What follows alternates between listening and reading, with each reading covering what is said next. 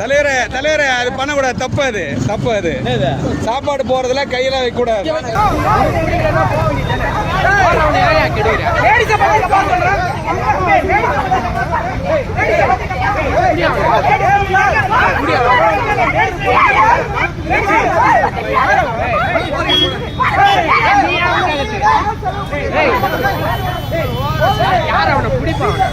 இது என்ன பிரமாதம்? இது விட பெசலைட் ஒண்ணு இருக்கு. கூவுடா. புதுச்சேரியில் தந்தை பெரியார் திராவிடர் கழகத்தினர் மனு தர்ம சாஸ்திரத்தை கொளுத்தும் போராட்டத்தில் ஈடுபட்டனர். அப்போது அங்கு வந்த இந்து முன்னணி அமைப்பினர் கற்களை வீசி தாக்குதல் நடத்தியதால் பரபரப்பு நிலவுகிறது.